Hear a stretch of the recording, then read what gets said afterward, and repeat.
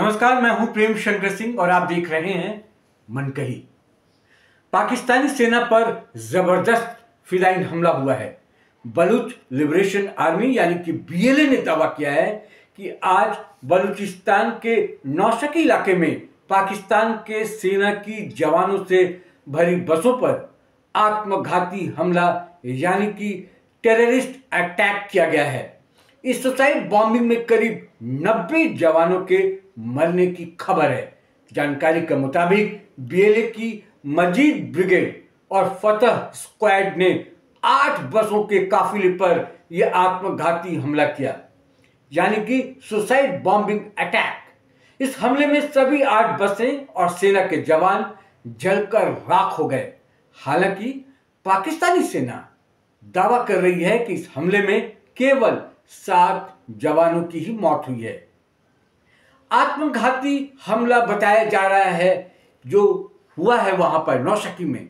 जानकारी के मुताबिक बलूचिस्तान के नौशकी का जो इलाका है वहां का राष्ट्रीय राजमार्ग पर एफसी काफिले के पास यह विस्फोट किया गया है। फ्रंटियर कोर यानी कि एफसी के जवान वहां पर शहीद हो गए और कम से कम 12 जवान घायल हो गए हैं। नौशकी स्टेशन हाउस ऑफिसर यानी कि एसएचओ जफरुल्लाह सुमालानी के अनुसार शुरुआती जांच से पता चला है कि यह घटना आत्मघाती ही है। वहां पर आपातकाल घोषित कर दिया गया है, यानी कि इमरजेंसी डिक्लेयर किया गया है। जो वहां एसएचओ हैं, मैं जिनकी बात कर रहा हूं सुमालानी साहब की, सुमालानी ने कहा कि हमले की जगह से मिले सबूतों से पता चला है कि ये जो हमला हुआ है वो आत्मघाती यानी सुसाइड अटैक हुआ है। विस्फोटकों से लदे वाहन को एफसी काफिले में घुसा दिया गया और घायलों को जो वहां घायल हुए उनको फिलहाल एफसी कैंप और नौशकी टीचिंग अस्पताल में भर्ती कराया गया है, जहां आपातकाल घोषित किया गया है। सुमालानी ने आशंका जताई है कि मरने वालों की संख्या और बढ़ सकती है, क्योंकि जो घायल हैं वो गंभीर रूप से जो घायल हैं और जो घायल हैं उनमें से भी कुछ जवानों की जान जा सकती है, इसकी आशंका जताई गई है। उनका यह कहना है कि हर कीमत पर वहां पर शांति कायम की जाएगी। कैसे? बलूचिस्तान के मुख्यमंत्री जो हैं वो सरफराज बुगटी ने इस हमले की निंदा की और लोगों की मौत पर दुख जताया है।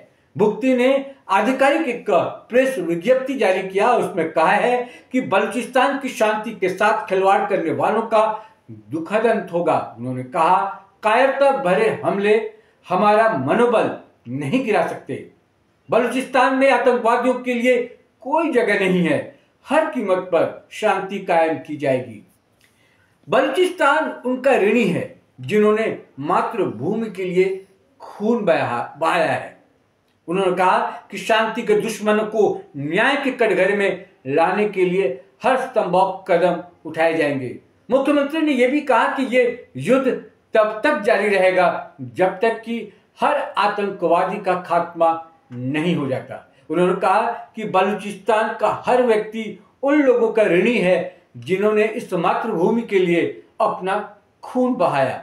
बलूचिस्तान सरकार के प्रवक्ता शाहिद हिंद ने एक बयान में कहा कि हमले की निंदा की जाती है। आतंकवाद के माध्यम से लोगों का मनोबल नहीं गिराया जा सकता।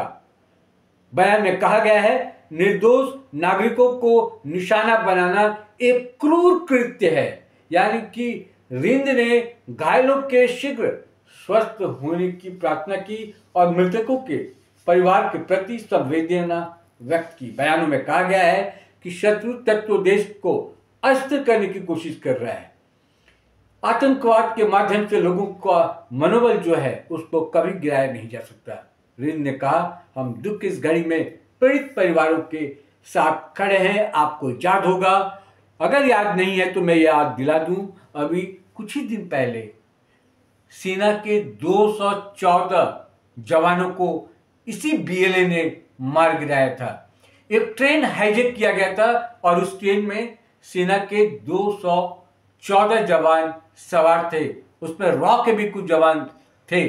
हालांकि पाकिस्तानी आर्मी इसको मना करती रही है कि ऐसा कुछ नहीं हुआ है और जो संख्या है वो संख्या 30 या 35 के करीब है जिनकी हत्या की गई थी। लेकिन बीएलए ने दावा किया था कि उन्होंने 214 लोगों को मार गिराया था।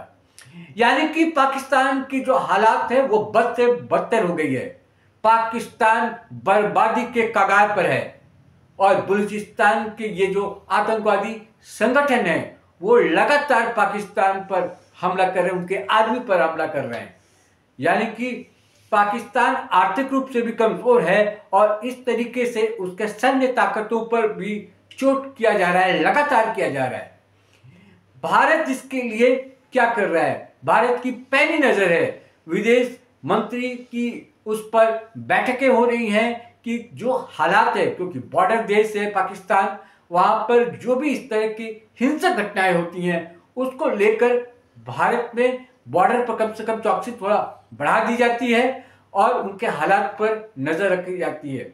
बलूचिस्तान हालांकि भारत का समर्थक रहा है, लेकिन पाकिस्तान जो आतंकवाद को हमेशा से पनाह देता रहा, पाकिस्तान आतंकवाद को जो हमेशा से बढ़ाता रहा, जो भारत के खिलाफ जिसका इस्तेमाल करता रहा, आज वो खुद उससे दो चार हो रहा है। यानी कि आज उसको खुद उससे सामना करना पड़ रहा है।